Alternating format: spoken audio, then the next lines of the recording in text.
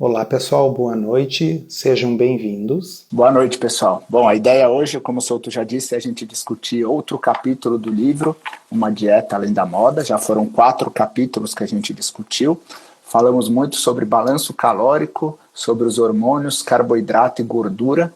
E talvez, hoje eu acho que eu chamo de super-herói, né? Eu falo, olha, antes de você tentar combater algum vilão, digamos assim, seja ele o excesso de carboidrato ou da gordura, seja amigo de algum super-herói. E eu acho que esse super-herói é a proteína. E o capítulo de hoje é justamente sobre a proteína. É o capítulo 5 do livro, que se chama A Proteína como Freio do Apetite. E hoje a gente vai discutir o impacto da proteína no emagrecimento, vai falar sobre a questão da relação proteína-energia e de onde surgiu, né, esse conceito e como é que a gente pode aplicar isso no nosso emagrecimento. Perfeito. A primeira frase se chama Os Grilos e os Gafanhotos, né?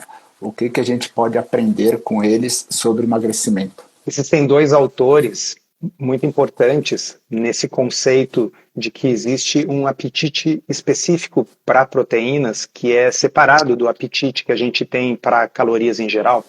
E esse conceito não partiu de médicos, não partiu de nutricionistas, partiu de dois entomologistas, ou seja, biólogos que estudam insetos. E eles tinham um interesse que era descobrir o que faz com que, de repente, grilos se transformem naquela praga bíblica, né, nos gafanhotos que saem comendo tudo que tem pela frente, as famosas pragas de gafanhoto que são capazes de dizimar plantações inteiras, né, que provocavam grandes fomes porque acabavam com colheitas. Os gafanhotos, eles são grilos e eles sofrem uma transformação. Esses biólogos estavam tentando entender por que isso acontecia. E, resumindo a história, o que eles descobriram é o seguinte: quando tinha pouca proteína na dieta dos gafanhotos, quando as condições da vegetação eram tais que a vegetação tinha pouca proteína, isso provocava essa transformação nesses grilos e eles viravam esses furiosos e extremamente famintos gafanhotos. E aí, esses pesquisadores, eles resolveram verificar se isso era uma coisa específica dos grilos, dos gafanhotos, ou se acontecia com outros insetos. E o fato é que acontece com outros insetos. Mas será que estava restrito só aos insetos? E eles testaram um monte de modelos animais diferentes. Claro que testaram roedores, né, que são os modelos que mais se usa em medicina, em biologia, e dito e feito. Quando tem pouca proteína na dieta, seja do inseto, seja do roedor, eles tendem a comer mais. E essa descoberta acabou influenciando muito a nossa a forma como a gente entende, né, que deve ser formulada uma dieta para produzir mais saciedade. Bom, tem um ponto que é importante, a gente até discutiu isso nos primeiros capítulos, quando se iniciou até a teoria proposta pelo Taubes, a ideia é que bastava você restringir carboidrato, que de certa forma você emagreceria e você usaria a sua gordura como fonte de energia, né? Só que isso levou muitas pessoas a cometerem o equívoco de fazer uma dieta low carb com muita gordura, né? Uma dieta cetogênica e com muita gordura. Eventualmente, às vezes a pessoa até perde peso, porque mesmo fazendo isso, ela passa a comer menos, mas muitas pessoas acabam tendo um consumo calórico maior por causa disso, seja suplementando gordura, seja através dessas receitinhas low carb. Imagino que muitas pessoas que tentaram fazer low carb no começo talvez tenham caído nessa armadilha, né? E diante desse conceito que você apresentou, talvez uma das melhores estratégias, né, que a gente tem para perda de peso seria uma restrição de carboidrato sem suplementar gordura, né? Então não é que você tem que fazer uma dieta também com pouco carboidrato e pouca gordura, porque isso se torna insustentável, mas levemente hiperproteica. Seria isso? Exatamente isso. Hoje eu atendi uma paciente no consultório que me contou uma história que ilustra perfeitamente isso que você estava falando, Rodrigo. É uma paciente que começou a fazer low carb por conta própria, ela leu os livros que tinha sobre o assunto, começou a fazer, e ela de fato perdeu bastante peso. E depois ela começou a ganhar peso de novo na low carb. Não é que ela furou a dieta, não é que ela desistiu de fazer uma dieta de baixo carboidrato, ela começou a ganhar peso na vigência da dieta. E ela mesma me disse, olha, eu sei onde eu errei. Eu entendi que os produtos low carb poderiam ser consumidos à vontade. E ela mora numa grande capital, onde ela tem acesso a confeitarias low carb, a, sabe, todo tipo de produto que é pobre em carboidrato, mas também é pobre em proteína. Porque, pessoal, vamos pensar, um pão low carb, ele é feito de quê? Farinha de oleaginosas, vem de óleo, de gordura. Se você pegar amêndoas, castanhas, amendoim, essas farinhas que a gente usa para fazer a panificação low carb, elas não são ricas em proteína, tá bem? Elas também não são ricas em carboidrato. Então elas são ricas em quê? Elas são ricas em gordura. E acontece que aquilo é uma coisa muito gostosa e é caloricamente denso, né? Quer dizer, normalmente essas oleaginosas são desidratadas, é muito fácil a gente comer bastante daquilo para além do que seria necessário simplesmente para matar a fome. Vale também para os doces low carbs adoçados, com xilitol, com eritritol, com estévia, é tudo baixo em carboidrato, não vai elevar a glicose de um diabético, mas também são pobres em proteína. Então, a verdade é que, assim como aconteceu com essa paciente que eu atendi hoje de tarde, acontece muito por aí. As pessoas se perdem em focar, claro, o nome que a gente dá para a estratégia é dieta de baixo carboidrato, ou low carb, que é a mesma coisa em inglês. Então, é natural que a gente foque o quê? No baixo carboidrato. Mas, se for uma dieta de baixo carboidrato, relativamente baixa proteína e alta gordura, corre-se o risco, como aconteceu com essa paciente que eu atendi hoje, de haver ganho de peso na vigência de uma dieta de baixo carboidrato. Souto, essa ciência, né, que estuda o que um organismo come de acordo com o que ele tem no ambiente disponível, né, eles chamam de ecologia nutricional. E eles fazem um gráficozinho que eles chamam de geometria nutricional, usando a quantidade de proteína e de energia. Então, como o Souto disse, a gente teria 3 objetivos primários, digamos assim, quando a gente se alimenta, né? Garantir um bom aporte de micronutrientes, então vitaminas e minerais, garantir um bom aporte de proteína e garantir um aporte de energia, né? Energia, vocês podem entender como carboidrato e gordura, aquilo que a gente usa prioritariamente como combustível. Então, como o Souto disse, o que a ecologia nutricional demonstrou? Quando um ser vivo ele está em um ambiente e ele vai comendo, ele tem disponível alimentos que têm mais energia do que proteína, ele vai comendo mais energia do que proteína, mais energia do que proteína, mais energia do que proteína, vai chegar um determinado momento que esse animal, esse ser vivo, e nós seres humanos, a gente se encaixa nisso, que a gente vai ter atingido a nossa meta de energia que a gente precisa para sobreviver, só que a gente não vai ter atingido a quantidade de proteína que a gente precisa. E aí esse ser vivo entra numa encruzilhada, né? Que é qual que é? Puxa, eu já atingi a quantidade de energia que eu preciso, mas eu não atingi a quantidade de proteína. E agora, o que eu faço? Paro de comer porque já atingi a quantidade de energia ou continuo comendo porque não atingi a quantidade de proteína? E o que o Souto disse é que todos os animais, isso inclui a gente, continua comendo até atingir uma quantidade mínima de proteína. Agora, o oposto é diferente. Então, veja, o que aconteceria se um ser vivo, um animal, um ratinho, um gafanhoto ou um ser humano estivesse em um ambiente que ele tem mais proteína do que energia, né? Alimentos com maior quantidade de proteína do que energia. Ele vai comendo, mas vai comendo mais proteína que energia, mais proteína que energia, e aí vai acontecer o oposto. Em determinado momento, ele vai atingir a quantidade mínima de proteína que ele precisa para sobreviver, mas não vai ter a quantidade, não vai ter atingido a quantidade mínima de energia. E aí ele tem que tomar a mesma decisão. E agora? Eu paro de comer porque já atingi a quantidade mínima de proteína ou continuo comendo porque não atingi a quantidade de energia? E o que os seres vivos fazem nesse caso é o oposto, eles não continuam comendo, eles param de comer. E aí que vem a ideia do emagrecimento, né, Souto? Como eles param de comer, mas precisam de energia para sobreviver, eles usam a energia que está armazenada como fonte de energia, como combustível. E quando o Rodrigo fala que o bicho tem que decidir se ele faz uma coisa ou outra, claro que isso não é uma coisa consciente, tá, pessoal? Sim. É assim, quando você atinge a quantidade de proteína que o corpo considera necessário, a fome passa. E se a alimentação que você está comendo tem uma proporção maior de proteína, essa fome passa antes que você tenha consumido uma quantidade suficiente de calorias. E aí o corpo, como o Rodrigo disse, passa a usar as calorias que estão armazenadas. Um dos estudos que esses dois autores, dos mesmos dos gafanhotos, fizeram foi colocar ratinhos em diferentes gaiolas, e aí uma gaiola tinha 5% de proteína na ração, outra tinha 10%, até chegar em 50%.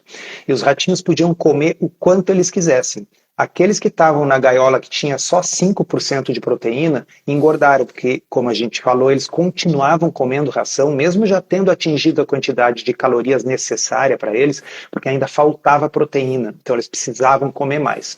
Já aqueles que estavam na gaiola de 50% de proteína, eles perderam peso, porque quando eles atingiam a necessidade de proteína, a fome passava.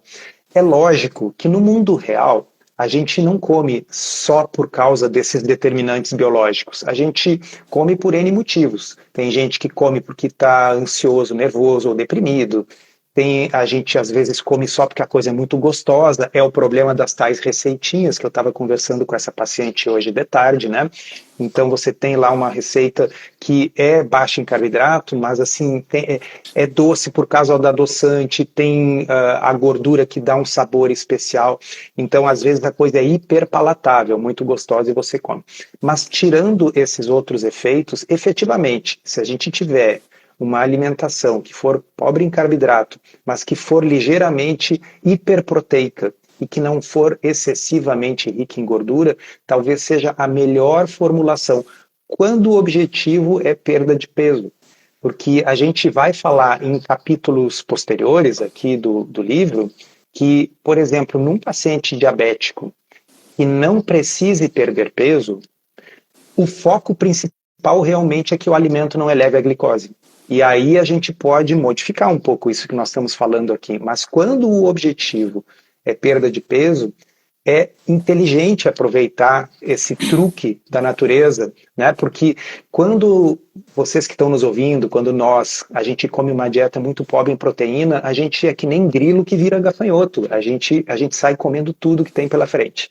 É muito comum eu ouvir das pessoas que elas comeram, vamos dizer, uma salada com frango e aí às 3 da tarde elas estão com muita fome, né? É porque tinha pouca proteína nessa refeição. Se você está com fome no meio da tarde, provavelmente é porque você está comendo proteína de menos no almoço. Então, essa ideia de que você pode matar a fome com diferentes coisas, mas que é inteligente para quem quer perder peso, matar a fome com mais proteína, é uma mensagem que a gente quer passar para vocês hoje. Só aproveitar para mostrar aqui. Esse é o livro, né, que a gente está discutindo os capítulos, Uma Dieta Além da Moda, que eu acho que a Vanusa perguntou, é o livro do Souto, já um best-seller. Você encontra nas principais livrarias e também na Amazon. Tá? Vou aproveitar para reforçar que essa semana saiu uma matéria do Souto falando sobre dieta low carb na Veja Saúde. Então ficou muito bacana para quem quiser ler. Tá? E aí, dando sequência ao assunto, né? O livro desses autores é esse daqui. Um livro extremamente complexo de ler, mas que o Ted Naiman acabou simplificando esse conhecimento da ecologia nutricional através de infográficos e através da relação proteína-energia. Né, Souto? Acho que aí vale a pena a gente ter essa explicação prática para quem já quiser tentar aplicar esse conhecimento. Eu acho que ele teve uma grande sacada de simplificar esse conceito. Tem várias formas da gente pensar na relação proteína-energia, mas basicamente a ideia é que alimentos que têm mais quantidade, gramas mesmo, de proteína na dieta, focando em emagrecimento. E a forma que eu costumo abordar isso em consultório é dizer para as pessoas que se eu pegar o universo dos alimentos pobres em carboidrato, aqueles que seriam consumidos numa dieta de baixo carboidrato, eu tenho num lado do espectro alimentos que são praticamente só proteína. Vamos pensar whey protein, clara de ovo, camarão, são coisas que têm quase que só proteína e gordura muito pouco. No outro lado do espectro, eu tenho alimentos que têm praticamente só gordura. É o caso do azeite, é o caso da manteiga, é o caso da nata, do creme de leite, né? E tem todo um conjunto de alimentos que fica no meio termo. Então, quanto mais a gente for lá para o lado do espectro das coisas que têm mais proteína e menos gordura, na escolha dos alimentos que nós vamos usar para formular a nossa dieta, isso tende a favorecer a perda de peso. Mas aqui também acho que vale salientar uma coisa que o Rodrigo falou antes. Não dá para ser uma dieta que é super baixa em carboidrato e super baixa em gordura. Isso acaba não sendo sustentável, a pessoa acaba ficando com fome. Ah, mas a proteína não tira a fome? É, mas uma certa quantidade de gordura, não precisa ser muita, mas um pouco precisa, para que haja saciedade. A saciedade maior, ela é conferida com mais proteína, menos carboidrato, mas uma certa quantidade de gordura. Não demais para não travar o emagrecimento, mas também não dá para querer zerar a gordura e ficar só com proteína. Isso não é nem saudável. Vale a pena ressaltar que a relação proteína e energia, ou seja, existe proteína e existe energia, né? Então, da mesma forma que às vezes eu percebo que as pessoas ficam carbofóbicas, né? Quando elas começam a aplicar proteína e energia, corre o risco delas ficarem energiafóbicas, ou seja, começa a achar que qualquer carboidrato e gordura é ruim. E não é verdade. Veja, você vai ter uma alimentação com mais proteína, mas vai comer um pouco de carboidrato e de gordura. É low carb, não é sem carboidrato. Tá? Esse é o primeiro ponto. Eu acredito que, do ponto de vista prático, em um primeiro momento, para a maioria das pessoas, o principal cuidado com a gordura é evitar suplementação. Então, tomar cuidado com azeite, manteiga, óleo de coco, banha, óleo vegetal, as receitinhas que a gente já mencionou, oleaginosas, quantidade de queijo. Por quê? São as formas que a gente tem de consumir uma maior quantidade de gordura. Não precisa se preocupar tanto com a gordura natural dos alimentos, principalmente carnes. Do ponto de vista prático, né, Souto, para montar um prato, digamos assim, com uma boa relação proteína-energia, se você colocar metade do prato de fontes de proteína, carnes e ovos, isso aí dá mais ou menos, pessoal, dos 150 a 200 gramas de carne, um pouco mais de um quarto ali de legumes, salada, e deixando o restinho ali para o que você quiser comer. E aí pode ser arroz, batata, o que você quiser, vai acabar sendo em pequena quantidade. Você vai acabar montando um prato com uma boa relação proteína-energia e vai ser low carb da mesma forma. Veja que, como o Souto disse em outros capítulos, a dieta low carb é como se fosse um medicamento. Quanto mais grave a doença, digamos assim, maior a restrição. Mas pensando no emagrecimento, o consumo de 50 até 75 gramas de carboidrato cabe perfeitamente para a maioria das pessoas.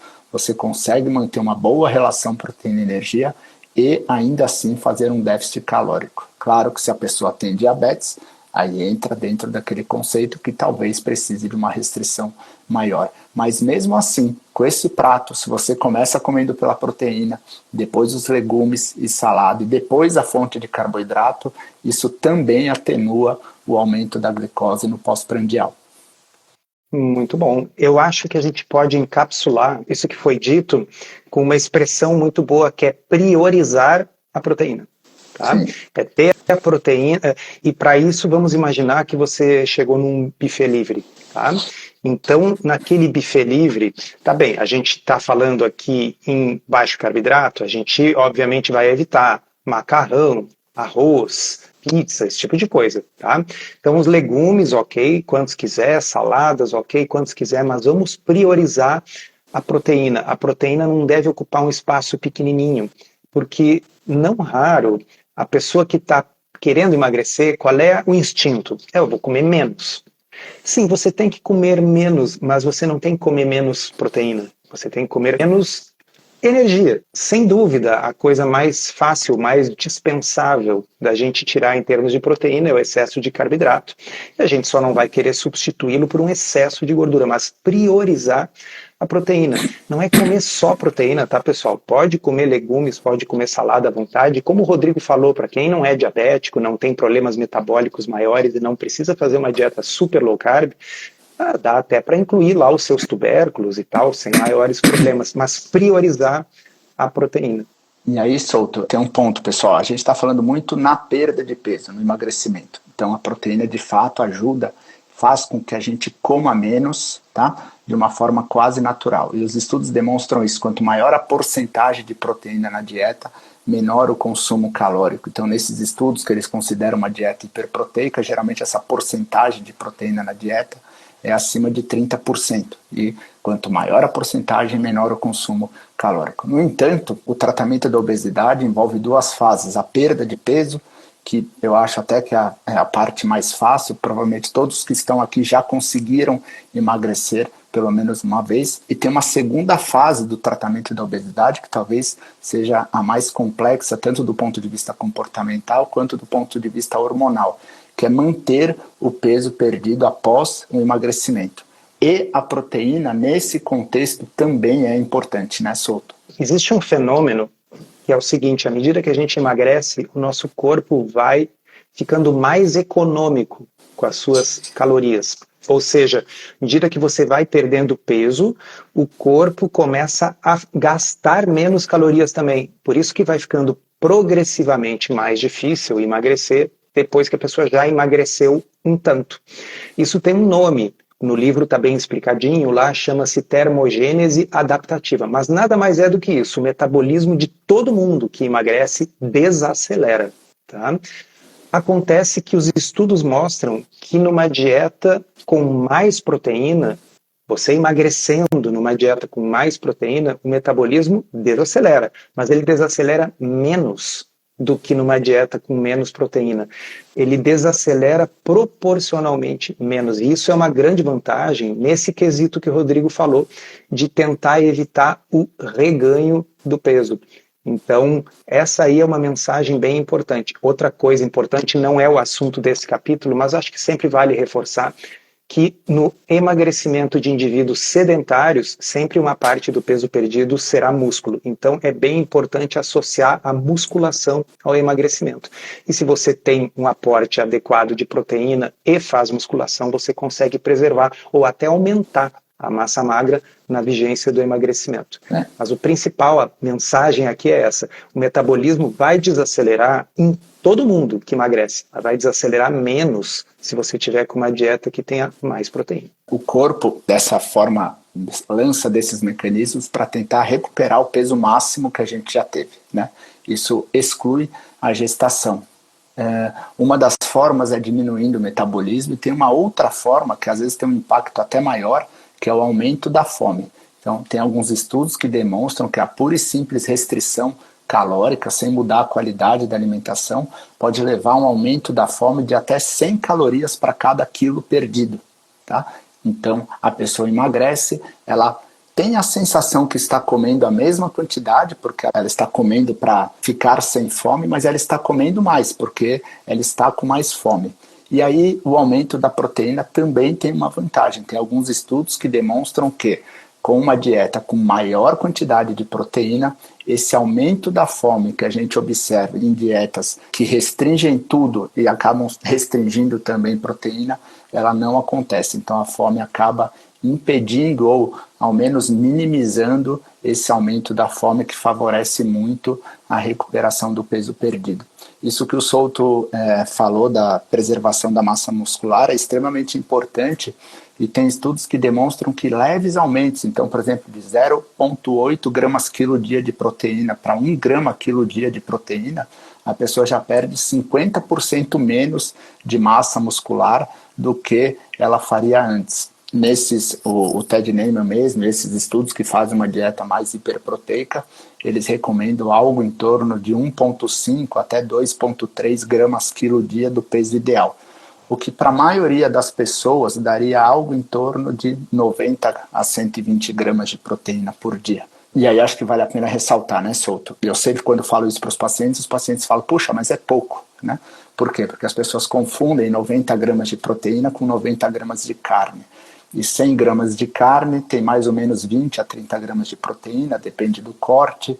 Um ovo tem 7 gramas de proteína, uma dose de whey protein ou de iogurte proteico vai ter aí algo em torno de 20, 25 gramas de proteína. Então, não é algo muito difícil de atingir, mas é que a gente, de fato, tem o costume de comer pouca proteína, né? E, de certa forma, eu acho até que o marketing atual favorece um pouco isso, né? Cada vez mais diminuindo, né? Priorizando o menor consumo de carnes, e quando a pessoa tira a carne do prato, ela acaba inserindo alguma outra fonte de energia, dificultando ainda mais a perda de peso.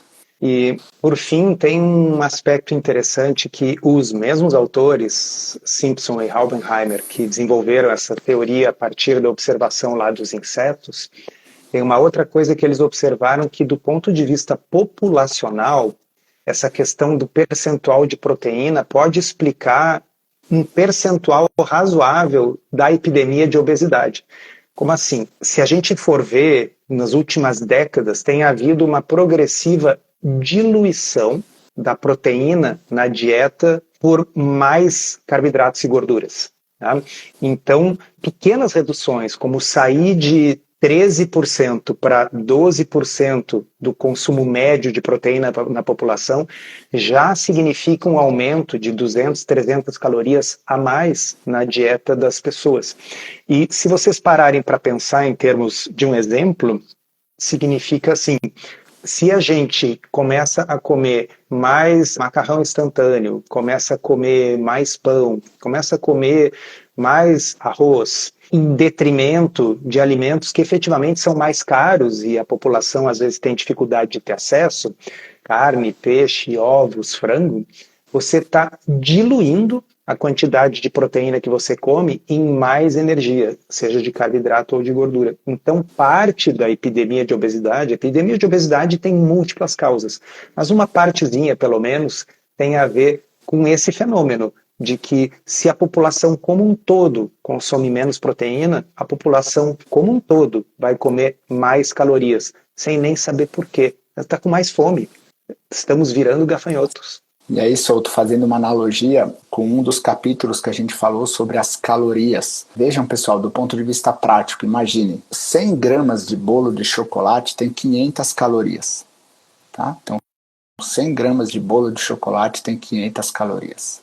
Para você comer 500 calorias através de peixe, você teria que consumir 400 gramas de peixe, aproximadamente, para consumir 500 calorias. Então, são as mesmas 500 calorias.